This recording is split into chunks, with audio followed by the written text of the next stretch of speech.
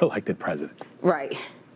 Right. When you said that, I totally got what you were saying, because, in terms of electoral votes right now, Biden is in the lead, but like no one wins unless you get 270. But I think if you stop it at this point, it's the House of Representatives that then decides who the president is, and that probably would not work in the favor of the president either, I would think. That's right. That's right. But, sometimes the president, as Ben Tracy said, he speaks in imprecise language. Sometimes it's not the words that you're hearing, but perhaps a greater message that he's trying to get across. Sometimes as journalists, we get hung up on each syllable and each word and what it means in each tweet, and we kind of miss the gist of what he's trying to do. Yeah. I mean, they used to say when we joined this profession, and when you tell your children words matter, but yes, we live in a world right now where sometimes you have to try to parse the language and the intent behind that language. So that's where we are in 2020. Yeah.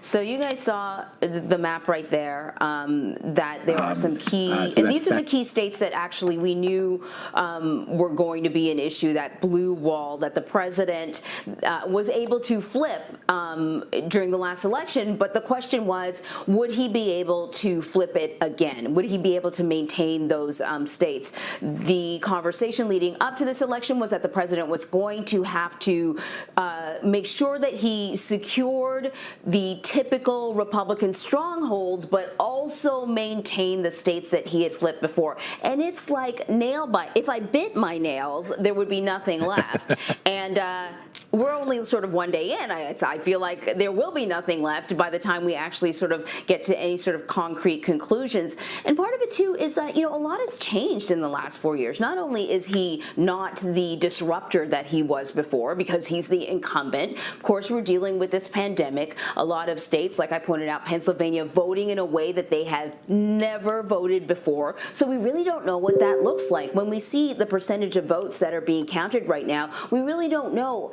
how many of those were mail-in ballots. We are guessing through, research that mail-in ballots in some states would lean towards the Democrats, but we don't know for sure because we've never done this before like this. And as you say, the future of the presidency is hanging in the balance as these votes continue to be counted in some of those key battleground states across the country. Towards the Democrats, we've been saying it for the last couple of hours. It is still too early to call the race. As you say, but right now, future Democratic nominee Joe Biden appears to have a narrow lead over President Trump in the fight for 270 electoral votes.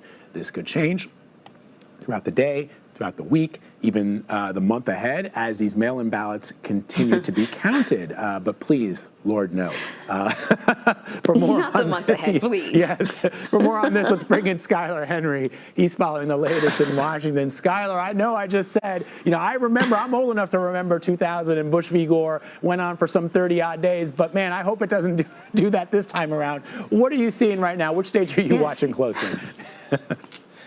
Well, it is certainly a marathon, not a sprint here, but somebody does have to win this race, right? And so I think what we're seeing up until this point, as you mentioned, a slight lead for the former vice president here. But as these states continue to tabulate their votes here, we could start to see a shift. We know that the folks in the upper Midwest are certainly counting those ballots, especially in Wisconsin and Michigan. But the real big question here, I think, is the state of Georgia. That's one of those states that we thought was going to be an early indicator as far as how this race will go here, but they had that hiccup in Metro Atlanta, my hometown there.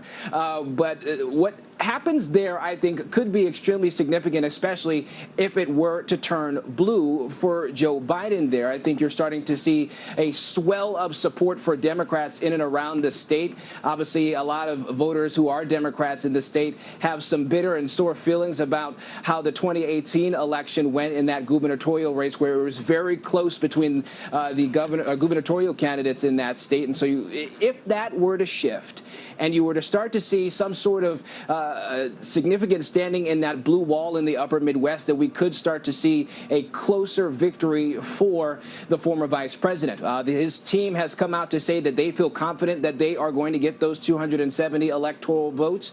We know that President Trump also feels as though he's confident he's going to win this race.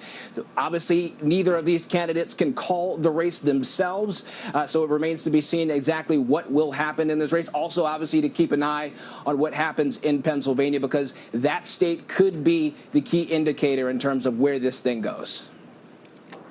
Skylar, speaking of declaring the race themselves, President Trump, in fact, did do that. He said he was all ready to party because he, in fact, had won. Can we talk a little bit about the president's reaction to what is turning out to be a nail-biter in many of these key states? Right. He's already started threatening legal action. Yeah, and really this is rhetoric that we've heard from the president for the last few weeks or so, challenging the idea that we will see some sort of manipulation to the vote after Election Day. Obviously, votes stop on Election Day, but states can count ballots after the day. He said that he is considering taking it to the Supreme Court, although it's not necessarily clear what he meant by that. But we do know this. The Biden team is prepared. They have a team of lawyers that they say that they are willing to roll out should this get into the courts. Obviously, it's going to go by a state-by-state basis before it gets into the Supreme Court at all. But the Biden team put out a statement shortly after the president's remarks. He said that this is a naked attack on the democratic process for American citizens there. So I think it'll be interesting to see what happens. Hopefully we don't get to that point, but I think the president is certainly considering legal action should this race not go in his favor. All right, Skylar Henry first at the White House. Skylar, as always, my man, we appreciate it. All right, have a good one, guys. So coming up after the break, all eyes are on the Midwest as key battleground states start off the morning with millions of ballots left to count. We'll take a closer look at some of the legal issues over mail-in voting that will paint an uncertain picture of how the rest of the week could unfold. You're streaming CBSN.